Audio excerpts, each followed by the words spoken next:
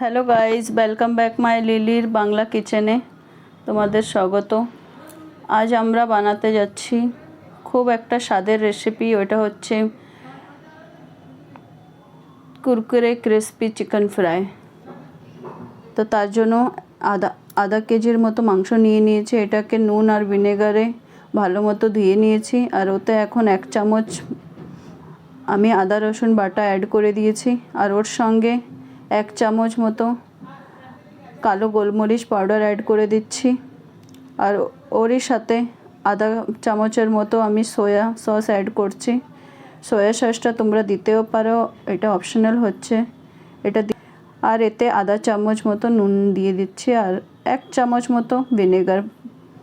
এটাকে ভালো মতো মেখে এখন 3 থেকে 4 ঘন্টা ফ্রিজারে রেখে দেব।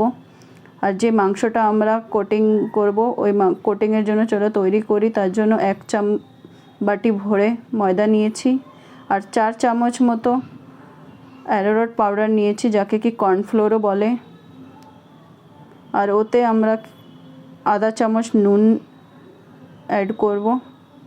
নুনের পরিমাণটা একটু কমই রাখছি, কেন কি আমরা পিৎজা সিজনিংও এটাতে অ্যাড করব। 1 চামচ পিৎজা সিজনিংও নুন থাকে। আর আধা চামচ মতো half tablespoon chilli flakes add করছি। আর লালচে রঙের জন্য একটু লাল কাশ্মীরি লঙ্কাও অ্যাড করছি, যেতে কি সুন্দর লালচে ভাবটা আসুক মাংসটা ভাজলে।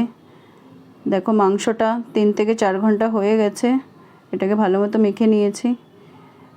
এখন এতে আমরা যে ড্রাই ময়দাটা আমরা তৈরি করেছিলাম, ওতে সুন্দর করে ডিপ করে এটাকে ভালো করে প্রেস করে করে হাত দিয়ে ডিপ করে নেব ময়দাটাতে। এটা ফার্স্ট কোটিং আমরা তৈরি করছি। এখন সেকেন্ড কোটিংয়ের জন্য এই বরফের জলে আধা কাপ পরিমাণ এতে জল অ্যাড করেছি।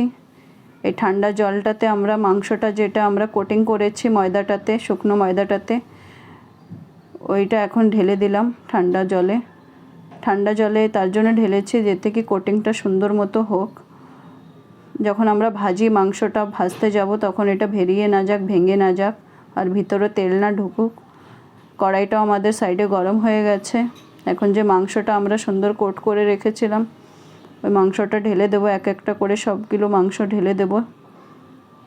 এইভাবে আমরা লো মিডিয়াম ফ্লেমে মাংসগুলো ভেজে নেব।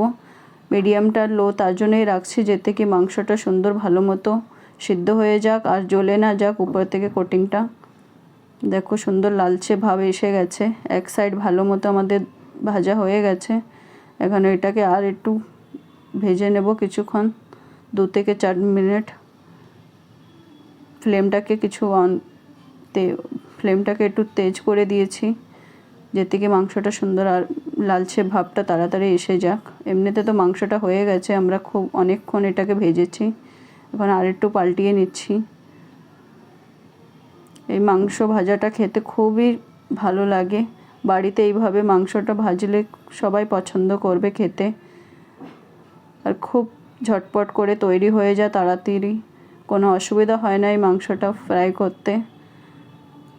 আর এর সঙ্গে যে আমরা চাটনিটা তৈরি করেছি, ওইটাও বানাতে খুবই সহজ।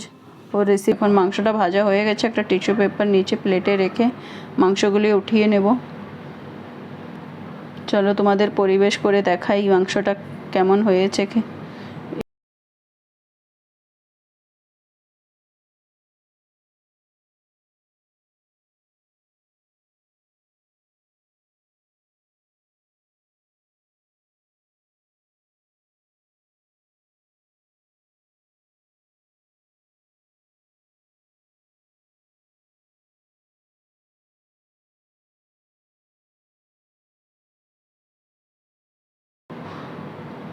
Thank you for watching. যদি তোমাদের আমার ভিডিওটা একটুও যদি পছন্দ আসে তো প্লিজ বেশির থেকে বেশি লাইক, শেয়ার আর সাবস্ক্রাইব করো।